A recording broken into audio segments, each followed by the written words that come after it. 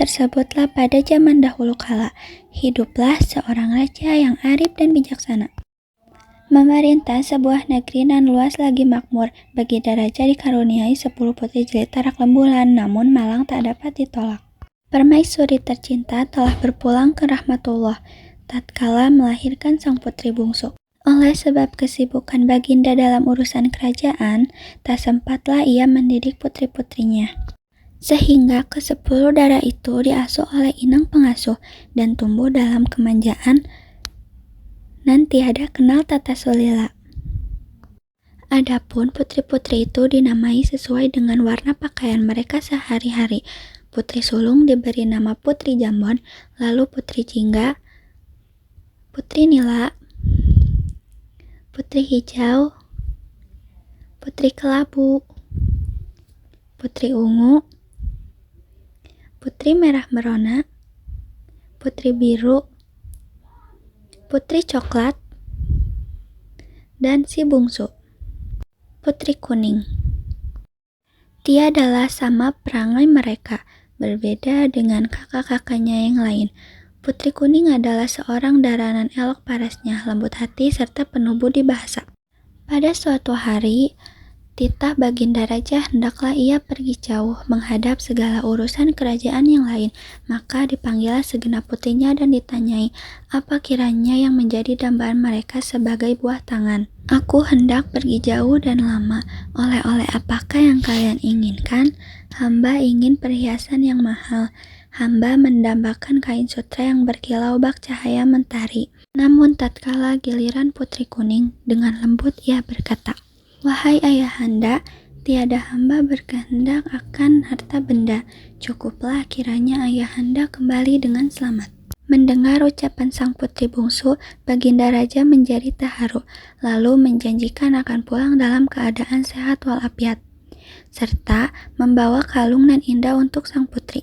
Tatkala Baginda berangkat, kemanjaan putri-putrinya semakin parah, sehingga membuat para inang kewalahan untuk mengurusnya. Karena kewalahan mengurus ke-9 darah, inang pengasuh tak sempat untuk membersihkan taman istana. Putri Kuning sangat sedih melihatnya, karena taman tersebut adalah tempat kesayangan sang ayah. Tanpa ragu, Putri Kuning dengan segera membersihkan taman itu. Ke-9 putri lain yang melihatnya hanya bisa tertawa. Lihatlah, tampaknya kita memiliki pelayan baru. Hei pelayan, masih ada kotoran nih. Dalam hati Putri Kuning dapat merasakan bagaimana rasanya menjadi inang pengasuh yang mengurus kerajaan para saudarinya selama ini. Kalian ini sungguh keterlaluan. Mestinya ia tak perlu membawakan apa-apa untuk kalian. Bisanya hanya mengganggu saja. Lantas para saudarinya pergi meninggalkan Putri Kuning untuk mandi di danau. Syahdan tak kalah Baginda Raja kembali. Ia disambut dengan penuh kasih sayang oleh Putri Kuning. Anakku yang rajin dan baik putri, ayahmu ini tak mampu memberi apa-apa selain kalung batu hijau ini. Bukannya warna kuning kesayanganmu? Tak apa ayah, aku sangat menyukainya. Namun rupanya rasa kedengkian mulai masuk di hati para saudari Putri Kuning, sehingga Putri Hijau menghampiri Putri Kuning dan hendak melepas kalung hijau miliknya. Hai adikku, bagus benar kalung itu. Harusnya itu adalah milikku, karena aku adalah Putri Hijau. Ayah memberikannya padaku, bukan padamu. Lantas Putri Hijau meninggalkan Putri Kuning untuk menghasut saudarinya yang lain dengan berkata, kalung itu lebih layak menjadi miliknya. Mereka pun merancang niat durjana untuk merampas kalung tersebut. Tak lama kemudian, Putri Kuning akhirnya muncul.